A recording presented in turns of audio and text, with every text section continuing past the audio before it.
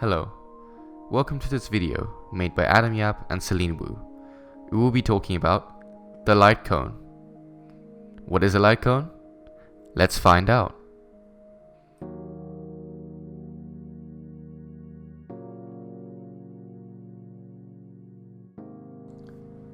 Near the speed of light, Newtonian mechanics begin to break down.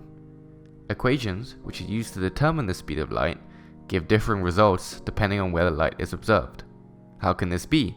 Light is supposed to be constant.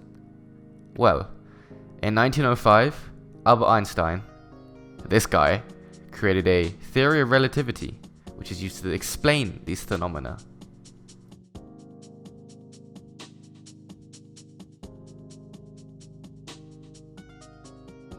To begin with, we will be focusing on special relativity.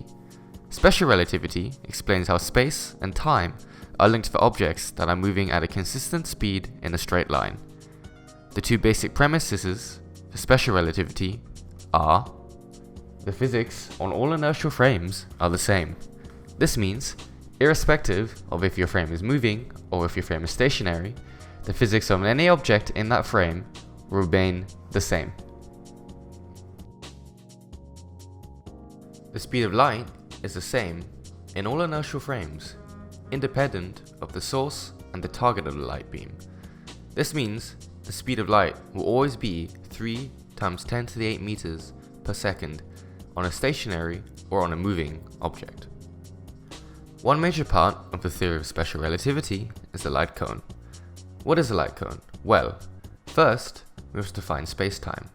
Space-time is space and time, where space is 3D and time is 1D, creating a 4D mesh, which we can use to describe the light cone. The light cone is the potential paths for light to travel originating at a single point in space and time. Let's look at this diagram. Event A is such point, and the line is v equals c, or rather the speed of light. The top half of the cone is called the future light cone. It describes all the possible events which can occur which pass through event A. Event B is an example of this, as it is within the cone. The bottom half of the cone is called the past light cone, and it describes all the events which could have occurred in the past which lead to event A. Event C is an example of this. There is also this elsewhere space outside of the cone, which describes events which are impossible to occur. Let's talk about elsewhere. Let's create a diagram of time against space, and draw a line of the speed of light through that diagram.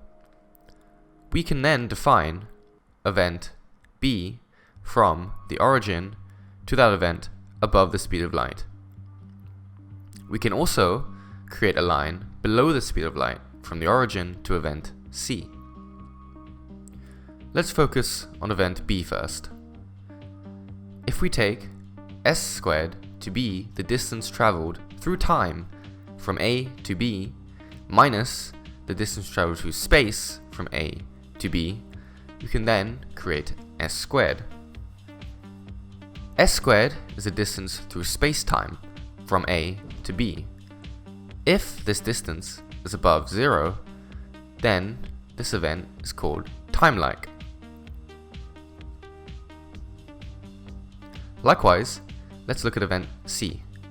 The distance from t and x is below 0. The space-time distance is below 0, which means we call this space-like.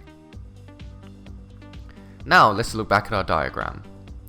If we look at the different regions above and below the speed of light, above the line we have the region of time-like, and below the line we have the region of space-like.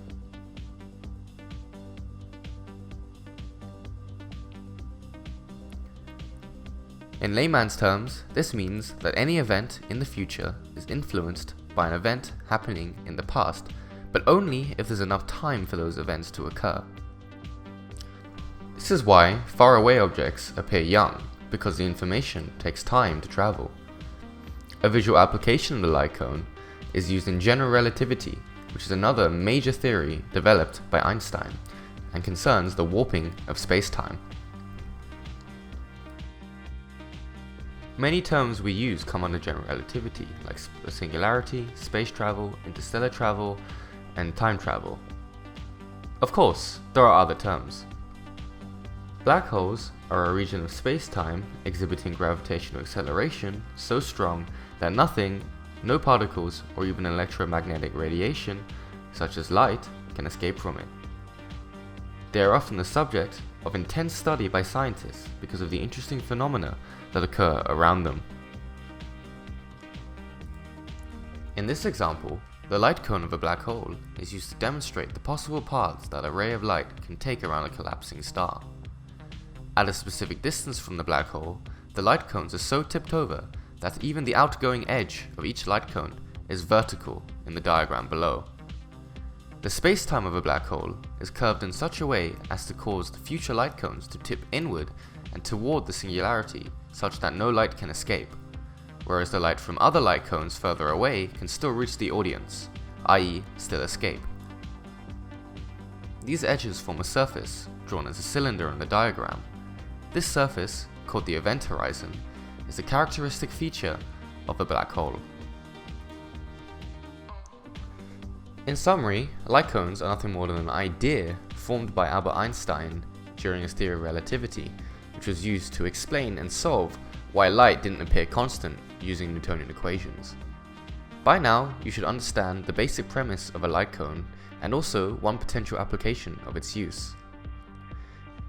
Light cones are nothing more than just a visual representation of information formed in Albert Einstein's theory, but they also look cool.